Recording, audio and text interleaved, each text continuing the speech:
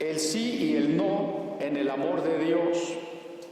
Así se llama nuestra plática de hoy, la dialéctica de la prueba, el sí y el no en el amor de Dios. Dialéctica es un método en la lógica que se trata de oposiciones, precisamente un sí y un no. Desde la Edad Media se trabajó así la teología. Parece que este argumento es correcto pero por estas razones, pero parece que no es correcto por estas otras razones. Y haciendo oposiciones se estudiaba la revelación. Pero es importante saber que en nuestro caminar con Dios también se vive una especie de dialéctica. Un teólogo del siglo XX que fue muy importante, que se llamó Karl Barth, hablaba precisamente del sí y del no de Dios. No va a ser nada complicado, no se empiece a aburrir. Vamos a ver por qué el sí y el no de Dios, pero primero vamos a leer unos versículos de lo que nos toca hoy, ahí en Hechos capítulo 27, a partir del verso 30. Entonces los marineros procuraron huir de la nave y echando el esquife al mar, aparentaban como que querían largar las anclas de proa, pero Pablo dijo al centurión y a los soldados: si estos no permanecen en la nave, vosotros no podréis salvaros. Entonces los soldados cortaron las amarras del esquife y lo dejaron perderse. Cuando comenzó a amanecer, Pablo exhortaba a todos a que comiesen diciendo: este es el 14º día que veláis y permanecéis en ayunas, sin comer nada, etc. Ahora seguiremos leyendo, pero me detengo aquí solo para que recordemos el nudo en el que se encuentra, el nudo de problemas en el que se encuentra Pablo en este periplo, en este viaje hacia la capital del imperio, hacia Roma. Dijimos que Dios nunca nos abandona. Para ser más precisos, el domingo 21 de septiembre, el título de nuestra predicación fue Dios nunca nos abandona. Hay un canal en YouTube que se llama Estudios Cristian Gómez. Por favor, visítelo y repase las predicaciones. Por ejemplo, esta que dice Dios nunca nos abandona. Sin embargo, eso no significa que siempre sea perceptible la presencia de Dios que nos está acompañando. Dios nunca nos abandona, pero no siempre sentimos esa compañía de Dios. A veces lo que sentimos es una ausencia de Dios, un silencio de Dios, una falta de respuesta de Dios, incertidumbre y dudas, de tal manera que no sabemos qué decidir, no sabemos para dónde ir, no sabemos cómo van a terminar las cosas, no sabemos cuándo se va a terminar la prueba, si es que se va a terminar, porque a veces ya estamos cansados de tanta enfermedad, de tanta prueba, y no parece haber un remedio. Ahí está ya una oposición. Yo siento que Dios no me contesta, que Dios no me escucha, que Dios no está conmigo. Pero la verdad es lo opuesto. Dios nunca nos abandona. Creo que la mejor forma de recordar esto es Jesucristo en la cruz, ¿no? Cuando Jesucristo, en la cuarta frase que pronuncia pendiente de la cruz, Dios mío, ¿por qué me has desamparado? La sensación de Jesús, en su naturaleza humana, frente al escarnio, la traición y comenzar a experimentar la muerte, la sensación en Jesús es: el Padre me ha abandonado. Pero Dios nunca abandonó a Jesús. mucho menos en esos momentos de suprema obediencia por parte de Jesús. Mucho menos en esos momentos sublimes del amor más excelso, que es la muerte de amor. Pablo también está en una prueba terrible. Es una prueba muy larga. Lo han perseguido, lo juzgaron, lo quisieron linchar, lo llevan preso, lo llevan encadenado. Han pasado 14 días en una tempestad tremenda, sin saber si vivirán o morirán. Pablo está en una prueba terrible. Cuando leemos la Biblia, a veces nos falta imaginar el pasaje. Lo leemos con cierta superficialidad porque ya sabemos en qué acaba, ¿o no? Si leemos que Abraham tenía que sacrificar a su hijo, nosotros de antemano sabemos que no lo va a sacrificar. Entonces, ya no sentimos el patos. Es decir, ya no sentimos el dolor, la situación real que la persona vivía en ese momento.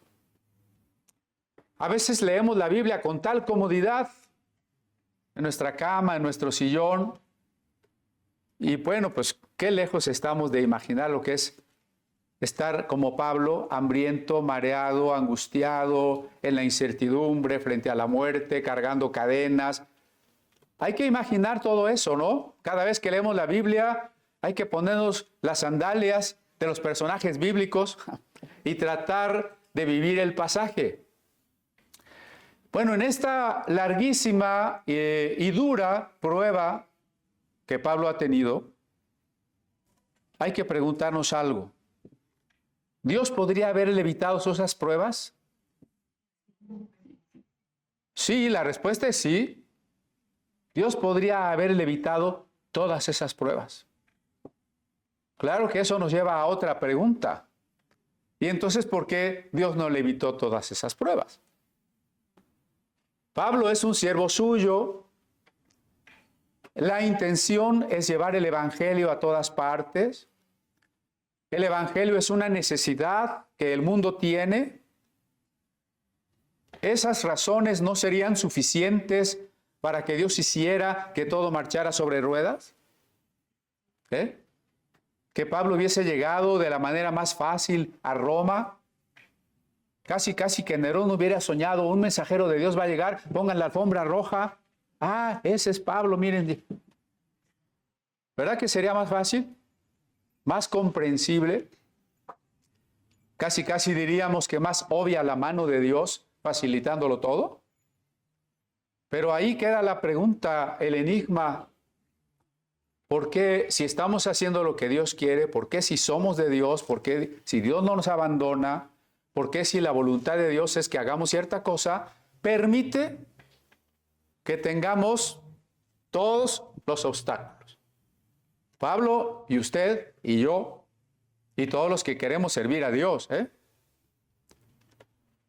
A veces alguien dice, bueno, es que vengo a dar un testimonio, choqué, el carro se deshizo, pero gracias a Dios yo estoy bien. La pregunta sería la misma, ¿qué no hubiera sido igual de fácil para Dios que no chocaras? ¿Sí? O a veces decimos, bueno, perdí una mano, pero nada más. Bueno, ¿y no podía haber hecho Dios que no perdieras una mano? Ya sé que me están viendo con cara de, qué incrédulo está este pastor. No, pero es que tenemos que hacernos las preguntas y no diría que para entender, sino para soportar la dialéctica de la prueba. Porque en la prueba hay momentos en que Dios nos habla o nos puede salvar de la prueba, nos puede sacar del problema, pero hay otros momentos en que no nos va a sacar de la prueba. Y hay otros momentos en que no nos va a librar. Incluso un tema de discusión escatológica, apocalíptica, es que muchos dicen la iglesia no va a pasar la gran tribulación porque por ahí dice yo te guardaré de la hora de prueba. Entonces la iglesia no va a estar en la hora de prueba.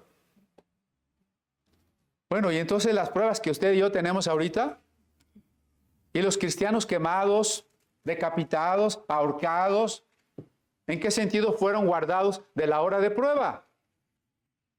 ¿Acaso cuando los estaban quemando con leña verde a fuego lento, alguien llegó y les dijo, no te preocupes, no es la prueba, no es la gran tribulación? Ah, bueno, entonces, siempre va a haber prueba. Miren cómo he puesto esto de la dialéctica. Una primera premisa o pregunta, ¿Dios nos cuida? Sí y no. Sí y no. Estamos siendo muy realistas, ¿eh? Porque miren, yo sé que hay púlpitos desde donde se predica y se decreta y se profetiza que no puedes tener ni un problema y que no te va a ir nada mal y que todo va a estar muy bien. Pero lo que usted ha vivido es eso. ¿Esa es su realidad? ¿O su realidad es que a veces Dios nos cuida y a veces no? Ahora que fue la pandemia de COVID, ¿hubo algún cristiano que enfermó? Sí. ¿Es posible que algún cristiano tuviera un accidente? ¿Usted alguna vez ha tenido un accidente? A ver, ¿quién ha tenido un accidente? Más de la mitad. Entonces, pero también lo contrario, ¿no? ¿Cuántas veces Dios nos ha librado de un accidente? O de la muerte. Yo les puedo dar una lista de situaciones donde Dios me ha librado de la muerte. A veces Dios nos libra y a veces no. No nos llevemos conceptos equivocados. Es que como yo soy hijo de Dios, como yo tengo fe, a mí no me puede pasar nada mal. La Biblia no dice eso. Y si usted tiene esa idea equivocada, el día que le pase, su fe se va a quedar frustrada, fracasada. Tampoco puede decir, es que Dios nunca nos cuida. Si Dios existe, está tan lejos que ni se mete. Eso tampoco es cierto. Dios, que está presente y que nos ama, sin embargo, de manera misteriosa, hay que decirlo, en tanto que incomprensible para nosotros, a veces nos salva, a veces no nos salva. Estoy hablando de circunstancias temporales, no de la salvación eterna. Porque la salvación eterna es algo que Dios ha ofrecido a todo aquel que cree. ¿Sí? Y el versículo más conocido, tanto amó Dios al mundo, que dio a su Hijo para que todo aquel que en Él cree tenga vida eterna. No estamos hablando de eso. Con todas las pruebas que tengamos y lo duro que sean las pruebas, sabemos que Dios nos ha ofrecido vida eterna. Y esa es una certeza. Pero hablando de las pruebas de esta vida, ahí es donde yo estoy diciendo que a veces Dios nos salva y a veces no. Siguiente postulado. ¿Dios nos habla? Sí y no. A veces Dios nos habla y a veces nos habla tan claro, ¿no? Ya les he dado el testimonio de aquella primera semana cuando recibí la llenura del Espíritu, cómo Dios me guió a cosas sorprendentes. Y en ciertos momentos de la vida yo les puedo decir cuando Dios ha hablado. Pero otras veces nos preguntamos qué quiere Dios, cuál es su voluntad, qué debo hacer, y no encontramos respuesta. Incluso vamos con el pastor, pero el pastor no es una especie de adivino, no tiene su bola de cristal, o no debería tenerla, ¿no? Para decirnos lo que va a pasar. Las personas tan desesperadas recurren incluso a que les lean el café, a que les lean la mano, a ver qué dice el horóscopo, porque hay una gran necesidad de saber qué tenemos que hacer. A veces Dios habla, a veces no. A Saúl Dios no le habló, al rey Saúl. Dice, le preguntó a los profetas, no hay palabra. Fue con los sacerdotes a que consultaran el Umim y el Tumim, no hay palabra. Y terminó buscando una palabra de Dios en la necromancia, es decir, en la consulta a los muertos. Y usted dirá, bueno, pero pues él porque andaba mal. Sí, pero yo sé de otro personaje que andaba recte mal y Dios le habló. Se llamaba Balaam, ¿no? Se llamaba Balaam. Ni siquiera era una persona del pueblo escogido, pero Dios le habló. Y en contraste, Jesús estaba en el huerto del Getsemaní diciendo, Padre, si es posible. Y no llegaba una respuesta del Padre. La agonía de Jesús, el sudor de su frente, que parecía gotas de sangre, muestra que Jesús estaba en esa intensa búsqueda de la voluntad de su Padre, y pareciera que desde que Jesús entra en esta última etapa que llamamos la pasión, el sufrimiento, una de estas terribles experiencias que él vivió es la soledad. La soledad, desde la traición de Judas, el abandono de sus amigos, el rechazo de su pueblo, pero también el silencio de Dios. A veces Dios nos habla, a veces no. A ver, no estoy diciendo que Dios nunca habla, Al contrario, como predicamos muy constantemente que debemos estar llenos del Espíritu y ser guiados por Él, creo que ha sido más frecuente que digamos que Dios nos habla, que nos habla el Espíritu en nuestro interior y fundamentalmente Dios nos habla por su palabra, que es la Biblia. Dios sí nos habla, claro que sí. Pero hay que reconocer que en ciertas circunstancias concretas, en ciertas encrucijadas, o sea, el cruce de dos caminos donde no sabemos cuál tomar, a veces pareciera que Dios no nos habla.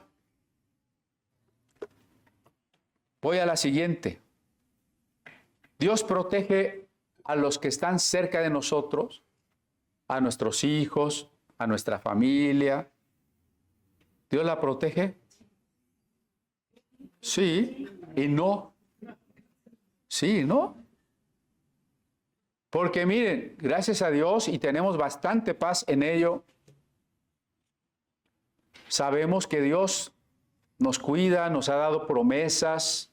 Acabamos de leer cómo Dios le dijo a Pablo, porque a lo largo de la tormenta y de la prueba hay días en que Dios no le habló, pero hubo otros días en que Dios le habló, y en una de esas ocasiones Dios le dijo, te entrego a todos los que están contigo en el barco, las aproximadamente 280 personas. Ninguno va a morir. Así Dios le dijo. Y esa ocasión hablamos de cómo Dios quiere que seamos bendición para todos los que nos rodean. Dios, por causa nuestra, en tanto que sus hijos, en tanto que nos hemos abierto a la gracia, protege a los que están cerca. Pero también es cierto que alguien de los que está cerca de nosotros ha muerto. También es cierto que alguien de nuestros cercanos se ha enfermado. También es cierto que alguien, a lo mejor de los que más nos duelen los hijos, tiene problemas económicos, familiares. También es cierto que alguna persona muy querida ha sufrido un accidente, ¿o no? Entonces, Dios protege a los cercanos, sí y no. Entonces, aquella oración de, a ver, antes de que te vayas a la escuela, vamos a orar, no está mal, no está mal. Pero si usted considera que eso es una especie de garantía de que sus hijos van y regresan sin problema, eso no se lo puedo asegurar. ¿Verdad que me está viendo cara de incrédulo? Luego va a haber alguna excursión en la iglesia, ¿verdad? Hermanos, vamos a orar antes de salir. Señor, que nos lleves con bien y nos traigas con bien. ¿No ha habido hermanos en viajes que se han accidentado? ¿Será que no oraron antes de salir? Si oran ya con eso, ¿es garantía? Con toda distancia guardada y con todo respeto, ¿no se parece a eso a aquel que se cuelga su medallita y piensa que con eso nada malo le puede pasar? Dios cuida a los que están cerca, sí, pero también no. Por eso titulé a la plática la dialéctica, ¿no? Siempre hay un sí y siempre hay un no. Última, ¿permite Dios las pruebas? Sí y no. ¿Cuántas veces decíamos, Dios nos ha librado de algo? Hay pruebas que nos ha evitado. Hay pruebas que nos ha evitado. No solo pruebas, ¿eh? No les digo qué, pero a veces Dios me ha impedido pecar. Y yo me he enojado. Señor, ¿pero por qué? Me confieso aquí. Yo pecador, ¿no? Hay veces que Dios me ha evitado pecar más. Y ahora sé que con eso me estaba evitando también una serie de consecuencias de las que hoy yo estaría terriblemente lastimado, destruido. A veces nos evita las pruebas. En el Padre Nuestro dice, y no nos sometas a pruebas demasiado duras, ¿no? Es una de las versiones de Lucas en el Padre Nuestro. Y no nos sometas a pruebas demasiado duras. Es decir, que pruebas va a haber. Pero si pide que no siempre o que no sean tan duras, es porque también hay la posibilidad de que Dios a veces las evite. Las limite también. Como dice, ninguno de ustedes será tentado más allá de lo que puede aguantar. Así que nunca diga, pues es que pequé porque no pude hacer otra cosa. No, porque dice que somos probados hasta donde podemos aguantar. Job, que era el hombre más justo y recto, así comienza el libro de Job, ¿no? Planteando la hipótesis de un ser humano que fuese el más justo y recto de todos los seres humanos. Tenía 7 hijos y constantemente ofrecía a Dios sacrificios, incluso, déjenme llamarle preventivos, porque dice, por si mis hijos hubieran pecado, yo aquí ofrezco sacrificios para que Dios los perdone. Y siendo el hombre más justo y el hombre más preocupado por sus hijos y seguramente que educó bien a sus hijos, un día llegó un mensajero con la noticia y le dijo, tus hijos estaban comiendo unidos, armoniosos, todos juntos en una casa. La casa se derrumbó y todos murieron. ¿Cómo es posible que Dios, ese Dios que es justo, santo, bueno y que nos ama, permita que se derrumbe una casa y mate a 7 de nuestros hijos? La hipótesis del libro es cómo el hombre más justo podría ser también el que más sufriera. Respuesta, no sabemos. Porque al final el libro de Job no nos da una respuesta.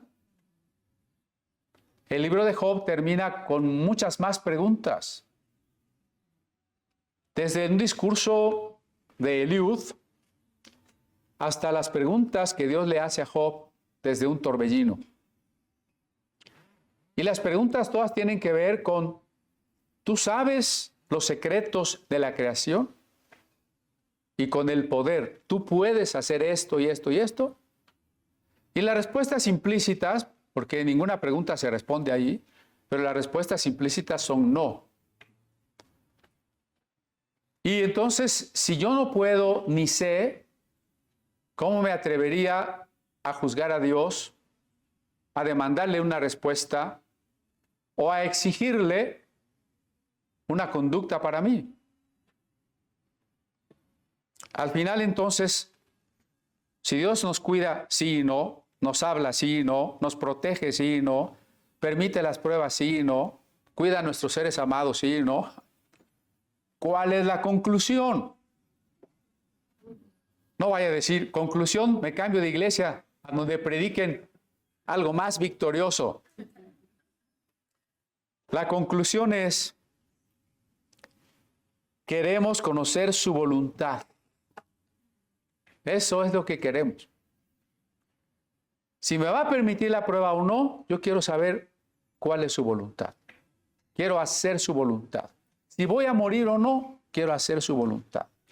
Si voy a sufrir o no, si voy a ser pobre o voy a ser rico, si voy a ser libre o voy a estar preso, quiero entender su voluntad y quiero estar dispuesto a cualquier cosa que sea su voluntad.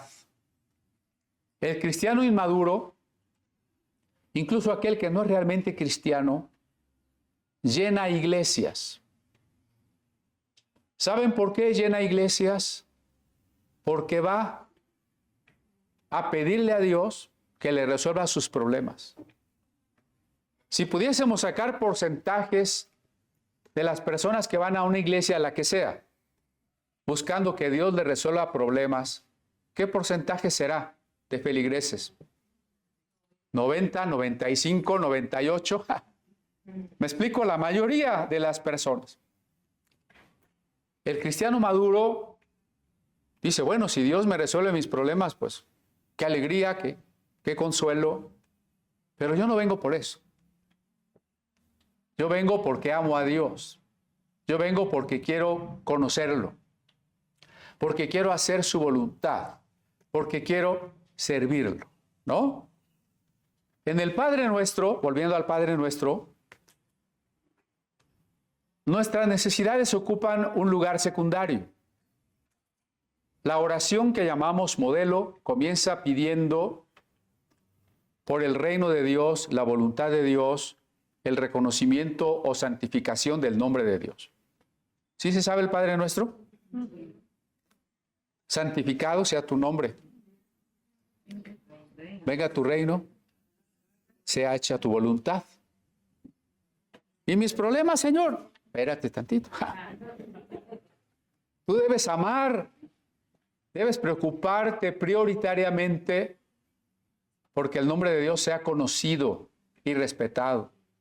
Debes preocuparte porque puedas vivir su reino y cooperar, gracias Charlie, en su reino.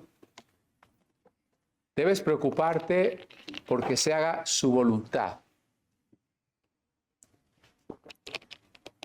Primeramente en cada uno de nosotros, ¿no? Es muy fácil querer el reino para los de afuera, como era el grito cristero de estos guerrilleros que fueron los cristeros. ¡Viva Cristo Rey! Ellos querían que Cristo fuera rey de México, pero no era rey de su vida, ¿no? Es muy fácil. Es que se establezca el reino de Dios, hay que hacer un partido político cristiano que establezca el reino de Dios. A ver, ¿tú estás viviendo el señorío de Cristo en tu vida todos los días? Deja de preocuparte por el partido político cristiano, lo que es una contradicción en sí, ¿no? Ahora, al final del Padre Nuestro, como de refilón, así como la colita, dice, y danos hoy nuestro pan cotidiano. ¿No? O sea, ni siquiera las riquezas, ni siquiera resuelve mis problemas. Porque Jesús, en vez de pedir el pan de hoy, podría haber dicho, y Señor, que me protejas que de toda enfermedad y que nada me salga mal y que me prosperes y todo eso. Parece que Jesús no había ido a estas iglesias de prosperidad. Lo digo un poco en broma, pero la verdad es que yo he escuchado predicadores de esas corrientes que dicen que ahí Jesús se equivocó y le faltó fe. Claro que eso raya en la blasfemia, ¿no? Mejor entendamos que mis peticiones deben de ser centradas en lo verdaderamente indispensable. Y ya nada más así como la última partecita de la oración. Señor, no se te olvide ahí mandarme un pancito, ¿no? Y no me sometas a pruebas demasiado duras. Repito, entonces en la dialéctica de la fe todo es posible. Que Dios me salve o que no. Que me cuide o que no. Que me proteja o que no. Que me conteste o que no.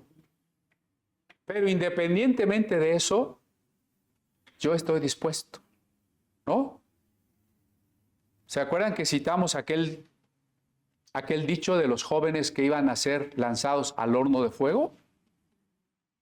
¿Sabe, oh rey, que nuestro Dios nos librará? Y si no nos librare, no importa. Esa es la dialéctica, ¿sí? Si Dios da las cosas como quiero, bien. Si no las da, yo estoy con Él. También lo dijo Job. ¿Recibiremos de Dios lo bueno y no lo malo? Y concluye, Jehová dio, Jehová quitó, bendito sea su santo nombre. Voy al verso 31. Pero Pablo dijo al centurión y a los soldados, si estos no permanecen en la nave, vosotros no podéis salvaros. ¿Recuerdan cuál era la situación? El barco estaba muy maltrecho, el casco del barco estaba por desbaratarse, lo que implicaría la muerte de todos los que estaban en el barco. Y entonces los marineros decidieron que se podían salvar ellos solos. Y plantearon una solución tramposa. Vamos a bajar la lancha de desembarco para poner las anclas de la parte delantera del barco, pero su plan era abandonar el barco y llegar a la playa en esa lancha y salvarse ellos y que el resto de la tripulación, los soldados y los presos murieran y se ahogaran. Ese era el plan de los marinos. Pero Pablo se enteró. Esto me llama la atención, miren. La situación es tormenta. Es de noche, pero es de noche oscura.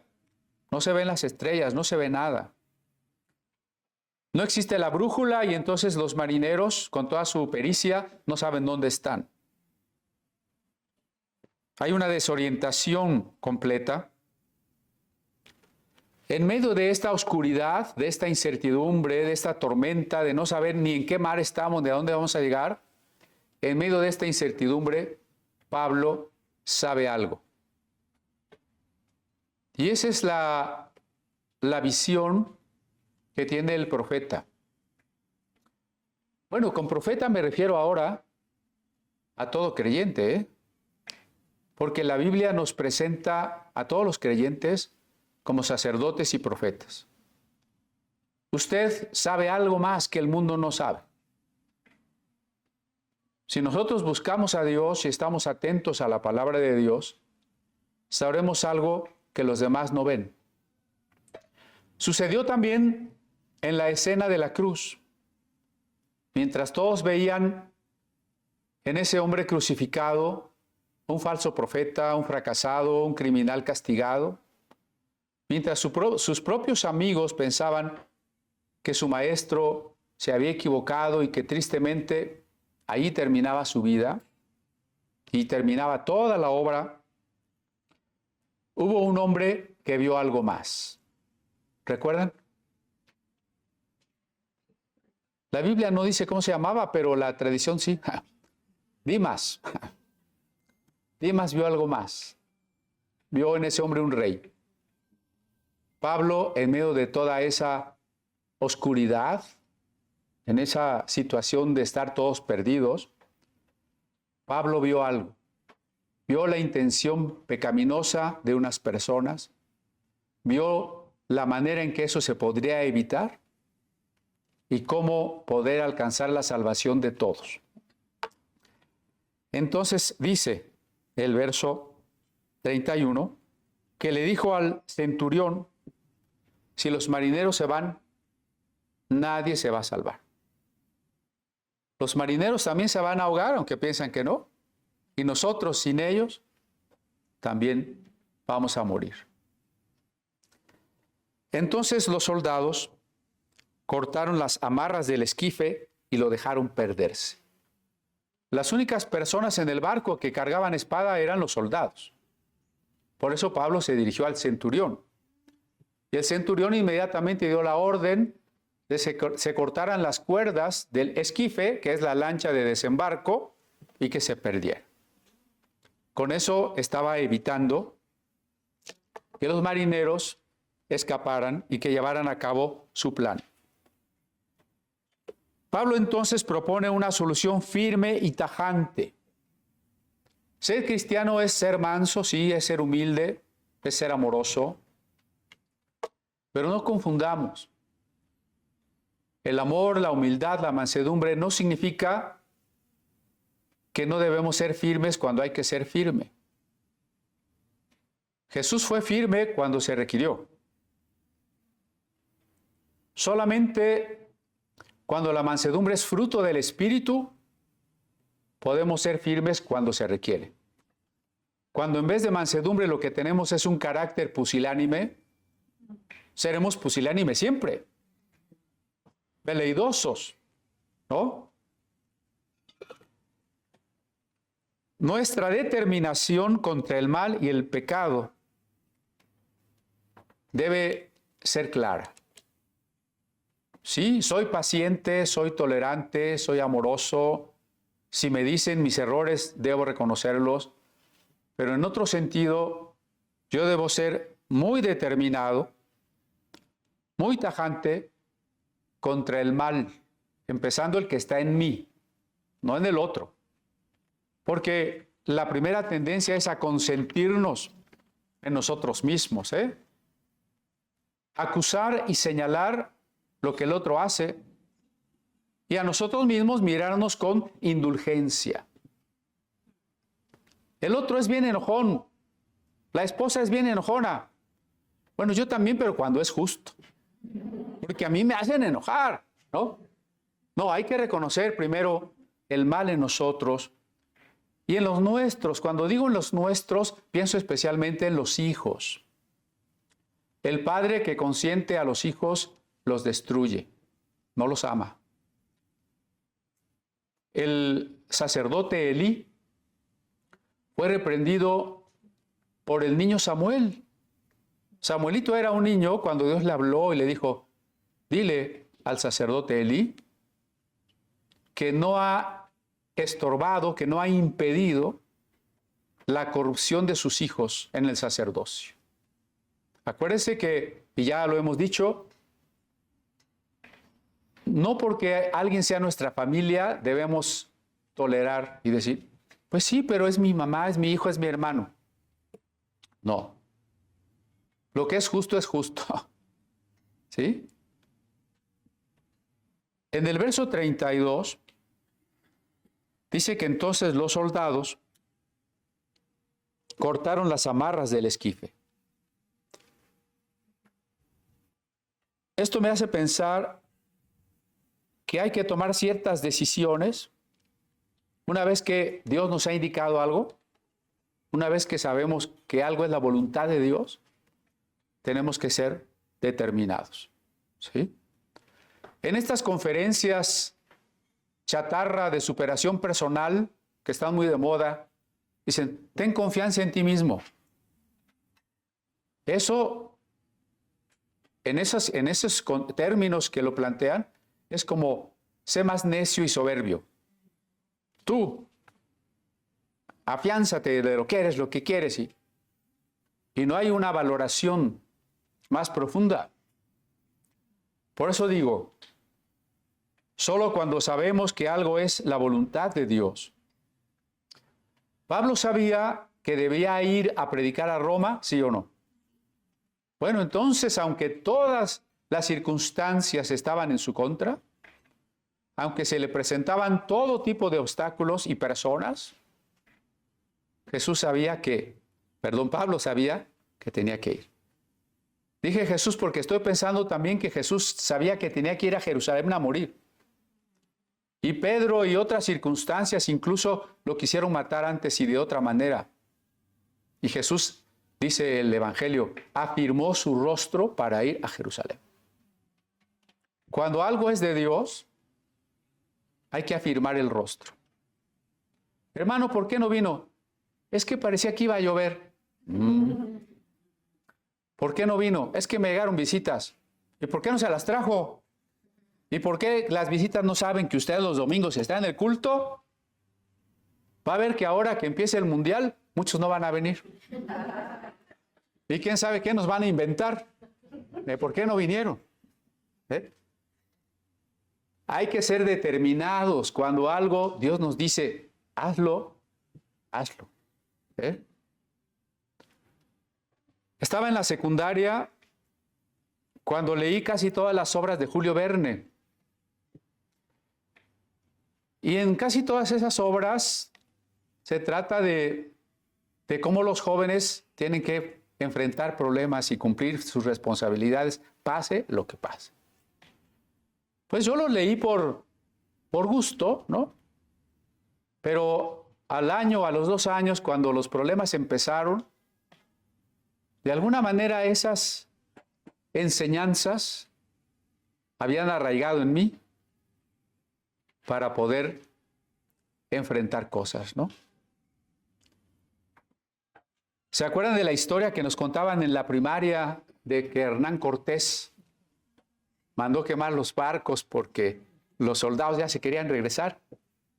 Bueno, no exactamente no los mandó quemar, pero lo que sí es cierto es que muchos soldados querían regresar a Cuba, tenían miedo de avanzar en lo que hoy es México, querían entregar a Cortés, al capitán en Cuba,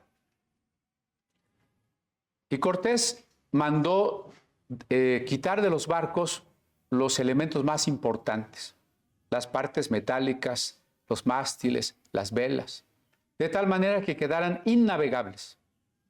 Esos materiales después los usó en el sitio de Tenochtitlan. Pero ¿por qué traigo a colación el ejemplo? Simplemente porque es otro caso donde romper la posibilidad de regresar no me deja más opción que luchar y conquistar. Y ese debe de ser el carácter del cristiano. Ese es el carácter de Pablo. En medio de todas las persecuciones que sufrió por todas las ciudades que iba, Pablo pudo haberse desanimado muy pronto. ¿Cómo puede hacerlo un cristiano? Es que la vida de misionero es muy incómoda. Es que no se come bien. Es que a veces dormimos en el piso. Es que el otro día nos asaltaron en el camino.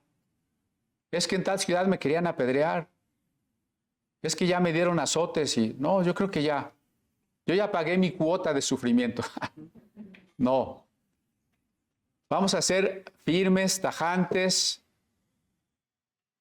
Rompamos con toda posibilidad de regresar. Vamos a hacer lo que Dios quiere y nada más, ¿no? Decían los abuelitos, ¿no? Llueve, truene o relampaguee. ¿Cómo va a ir usted al culto? Llueve, truene o relampaguee. Que se descompuso el metro, pues me bajé y corrí, tomé una bicicleta, lo que sea, pero ya vine, ¿no? Y así con todas las cosas que Dios nos pide que hagamos.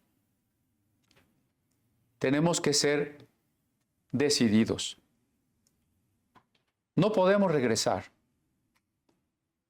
Un joven le dijo a Jesús en una ocasión, Señor, te quiero seguir. El joven salió, ¿no? Y yo creo que sí, tenía un deseo. Pero le explicó a Jesús, solo deja que vaya y me despida de mi familia. Y Jesús le dijo, cualquiera que pone la mano en el arado y mira atrás no es digno de mí. Uno, en una primera lectura, podría decir qué falta de comprensión de Jesús. ¿Por qué no dejó que ese joven se despidiera de su familia? ¿Qué tenía de malo? Bueno, la enseñanza no es esa. La enseñanza es que cualquiera que se quiere regresar a los pendientes, a lo que le gustaba, a lo que le da tanta importancia o más importancia que a Dios, no es digno del seguimiento. No es un discípulo digno de Jesús. Tenemos que ir adelante. En el verso 33, entonces, el verso 33 lo vamos a dejar para el otro domingo, porque ya se me acabó el tiempo. Mejor quedémonos con los pensamientos que hemos planteado hoy. Vamos a servir a Dios, y especialmente en aquellas cosas en que entendemos claramente su voluntad, pase lo que pase, en contra de todo. Dispuestos también a que frente al misterio de lo que Dios permitirá o no permitirá, nosotros queremos estar con Él, obedecerle, servirle, bendecirle.